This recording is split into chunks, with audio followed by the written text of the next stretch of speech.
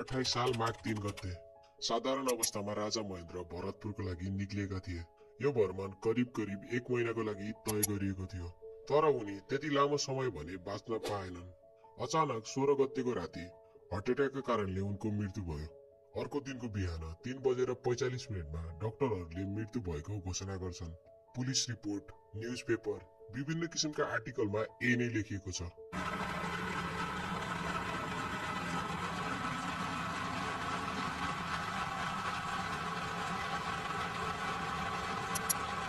तर यो मृत्यु निकै रहस्यमय छ।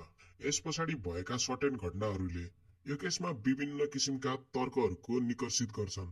ती तर्क मध्ये हामीले आज त्यो दिन साँच्चै के भएको थियो त, र उनी दिउँसो शिकार खेल्न गएका मान्छे अचानक त्यो अवस्थामा कसरी आइपुगे त, उनको अवस्था बिग्रिँदै जाँदा पनि उनीलाई किन उपचार गर्न लगिएन त। आउनुहोस् आजको भिडियोमा यही विषयवस्तु बारेमा चर्चा गर्नेवाला छौं। नेपाल र भारत बीचको डिस्प्युट अहिले मात्र नभएर पहिलेदेखि नै चल्दै थियो। पहिलेदेखि उनीहरू आफ्नो इन्फ्लुएन्सलाई निरन्तर दिन चाहन्थे। आफ्ना बुवा राजा हुँदा पनि उनीलाई भारतको इन्फ्लुएन्स धेरै मन परेको थिएन। बेला बेलामा उनले यस बारेमा बोलिराखेका थिए। त्यति बेलाको भारतको दबदबा धेरै नै थियो। 300 भन्दा बढी उच्च पोस्टका मान्छेहरू भारतीय थिए। हामीले यसरी नै थाहा पाउन सक्छौं त्यति बेला भारतको दबदबा नेपालमा कति थियो भनेर। तर अनफोर्चुनेटली विक्रम सम्वत 2011 फागुन 30 गते राजा तिरुभुवनको डेथ हुन्छ। Grandiose funérailles à son roi, décédé subitement en Suisse où il était en traitement. Porté à bras d'homme et recouvert de fleurs, le corps du souverain a été conduit en procession à travers 4... राजाको death भए लगतै अब राजगद्दीमा बस्ने पालो थियो युवराज महेन्द्रको। अब power उनका बुवासँग नभएर उनीसँग थियो। पहिलेदेखि नै नमन पराएको भारतको दबदबा छुट्न चाहन्थे। यस लगतै ती भारतका उच्च कर्मचारीहरूलाई पोस्टबाट निकर्षित गरे। उनीलाई एउटै कुराको ख्याल थियो, पछि गएर नेपाल भारतसँग डिपेन्ड हुनु नपरोस् भनेर। त्यही कारण उनीले अरू राष्ट्रहरूसँग पनि बिस्तारै सम्बन्ध जोड्दै थिए। उनी भारतसँग नभएर अब चाइनासँग आफ्नो हात बढाउँदै थिए। त्यसको 2 महिना लगतै नेपालले युएनको मेम्बरशिप पाउँछ। अब नेपाललाई विश्वभरका मान्छेहरूले चिनिराखेका थिए। बाहिर मात्र नभएर देशमा विकास पनि हुँदै थियो, जसमा 5 इयर्स स्ट्याटिक प्लान र उनकै पालामा बनेको त्रिभुवन युनिभर्सिटीको स्थापना भयो। त्यति मात्र नभएर पछि गएर पूर्व पश्चिम राजमार्गको निर्माण गरे। फाइनली मान्छेले पूर्वदेखि पश्चिम देख्न पाएका थिए। अब नेपालमा भारतको दबदबा नाको बराबर भइसकेको थियो। यताबाट भारत भने यो कुराले सुस्त थिएन। महेन्द्रले अब सबै पावर अलमोस्ट आफ्नो हातमा लिइसकेका थिए। पावर लगतै बेलायती क्वीन एलिजाबेथ थर्ड नेपाल भ्रमण आउँछिन्। यो नेपालको लागि धेरै ठूलो कुरा थियो। हजुरहरूले आफै सोच्न सक्नुहुन्छ महेन्द्रसँग कति पावर थियो भनेर। भ्रमणसँगै भारतले पनि नेपालमा हाम्रो दबदबा सकिसक्यो भनेर थाहा पाइसकेको थियो। विभिन्न प्लानहरू बनाउँछ महेन्द्रलाई रोक्न। अब महेन्द्र भने रोकिनेवाला थिएनन्। विक्रम सम्वत 2021 सालमा नेहरूको निधन हुन्छ। त्यसपछिका प्रधानमन्त्री हुन्छन् लालबहादुर शास्त्री। अब उनी भारतका नयाँ प्रधानमन्त्री थिए।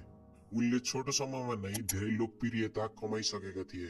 तर भारत र पाकिस्तान बीच हुने भनेको प्रेस्टिजी साइन गर्न जाँदा उनको मृत्यु भएको थियो। उनको मृत्यु अन पेपरमा हार्ट एट्याकको कारणले भयो भनिएको थियो। उनका फ्यामिलीको अनुसार त्यो सत्य नभएर उनीलाई पोइजनिङद्वारा मारिएको दाबी गरेका थिए। यो केस र राजाको केस पनि एकदमै सिमिलर देखिन्छ। यो कारणले भारतले यस्ता घटनाहरू घटाउने सम्भावना धेरै देखिन्छ। झन पछि उनका हेल्पर र डाक्टर जुन त्यो घटनामा सँगै थिए उनीहरूको डेथ मिस्टेरियस तरिकाले गराइन्छ। यसमा धेरै क्वेशनहरू थपिन जान्छन् र शास्त्रीको 2 वर्षको कार्यकाल पछि आउँछिन् नेहरूकी छोरी इन्दिरा गान्धी। इन्दिरा गान्धी एउटा अटल र साहसी व्यक्ति थिइन्। उनले एउटा देशलाई कसरी चलाउनु पर्छ भन्ने बारे प्रश्न थाहा थियो। उनीलाई प्रश्न थाहा थियो आफ्नो देशको इन्फ्लुएन्स कम हुन दिनुहुन्न भनेर। उनीलाई यो पनि प्रश्न थाहा थियो नेपालमा दबदबा निकै कम भइसकेको छ भनेर, र उनी यसमा जोर गरेर हेर्दै थिइन्। हजुरहरूले यो स्टोरी अवश्य सुन्नु होला। महेन्द्र र इन्दिराको भेट दिल्लीमा हुन्छ। इन्दिराले महेन्द्रलाई ठाडै भन्छिन्। नेपालले मेची महाकाली जोड्ने राजमार्ग बनाउँदा भारतको स्वीकृति लिनुपर्ने भनेकी थिइन्। राजा महेन्द्रले यताबाट हाम्रो भूमिमा हामीले केही गर्न कसैको स्वीकृति लिनुपर्ने आवश्यक छैन भनेर भनेका थिए। नेपाल र भारतको टेन्सन पनि बढ्दै थियो। भारतको प्लान अनुसार सिक्किमलाई आफूतिर लगेपछि नेपालका तराईका पार्टहरूलाई बिस्तारै टुक्राउने प्लान हुँदै थियो। अब एन्ट्री हुन्छ भारतको स्पेशल टिम रको। भारतको प्लान अनुसार र मेम्बरलाई नेपालमा प्रवेश गराउने थियो। राजाले भारत तराई फुटाउने कोसिस गर्दैछ भन्ने थाहा पाएपछि नेपालमा भएका भारतीय पोस्टहरूलाई हटाए। यो दौरान 2028 सालमा जातीय दंगा भएको कारण करिब 51 व्यक्तिले ज्यान गुमाएका थिए। त्यति मात्र नभएर 1900 घरहरू जलाइएको थियो। महेन्द्रको मृत्यु हुनुभन्दा अगाडि भारतबाट एउटा कल आएको थियो। त्यति बेलाका प्रधानमन्त्रीको अनुसार उताबाट ठुलो स्वरले where is your king, I want talk to your king भनेर गान्धी भन्दै थिइन्।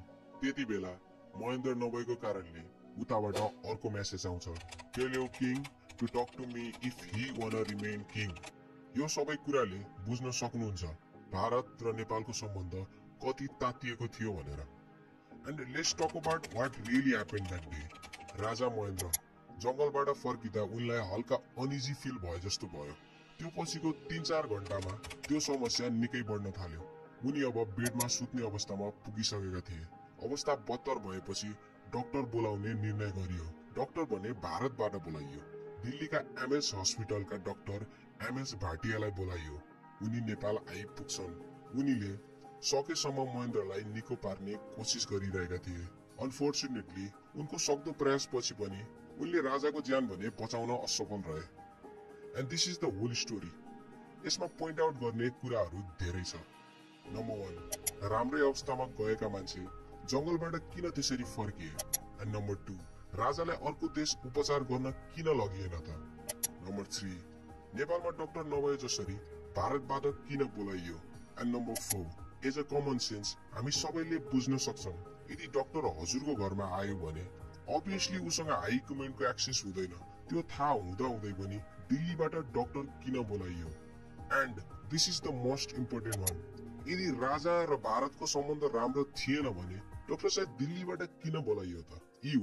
यो होल केसका ठूला प्रश्न।